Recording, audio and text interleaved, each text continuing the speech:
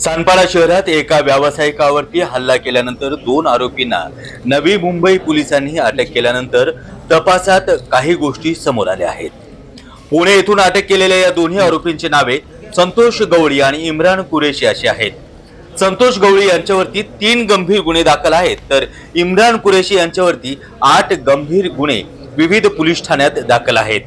याबाबत अजून काही खुलासे आणि माहिती मिळवण्याबाबत पोलिसांचा अधिक तपास सुरू आहे. पुन्हा आहे आपल्याकडे, तुम्हाला माहिती आहे 3 जानेवारी नवीन वर्षामध्ये आपल्याकडे सानपाड्याला एक फायरिंग झाली होती.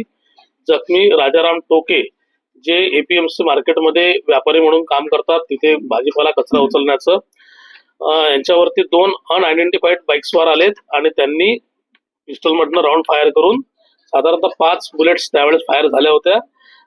याच्यामध्ये आपल्याकडे सानपाडा पोलीस स्टेशन येथे 10/2025 BNS आणि आर्म्स ऍक्ट याच्या अंडरमध्ये गुन्हा दाखल होता. क्राईम ब्रांच सेंट्रल युनिट 1 दोन्ही याच्यामध्ये समांतर तपास करत होते.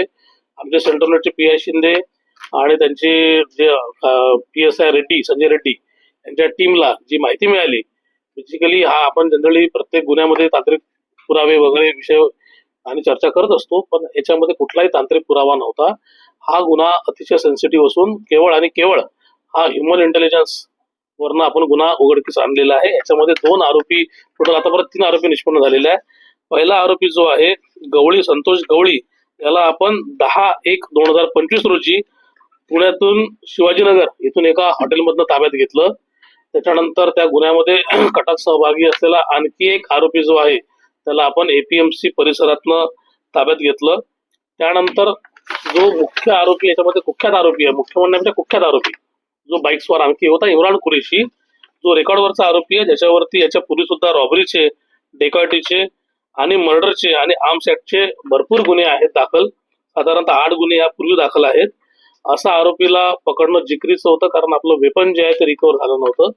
त्या आरोपीला सुद्धा आपण 13 तारखेला पुण्यातील खेड शिवापूर एका लॉजमध्ये लपून बसला होता, तिथून ताब्यात घेतलं आणि नंतर त्याच्याकडनं गुन्ह्यात वापरलेलं वेपन सुद्धा हे जप्त करण्यात आलेलं आहे. इम्रान कुरेशी बद्दल आणखी सांगायचं म्हणजे CID मुंबई यांच्याकडे एक 12 वेपन जप्त करण्याचा एक गुन्हा दाखल झालेला आहे 2024 मध्ये. त्याच्यामध्ये हा वॉन्टेड आरोपी होता, अजूनपर्यंत मिळून येत नव्हता, तर त्या गुन्ह्यामध्ये पण त्याचा सहभाग आहे.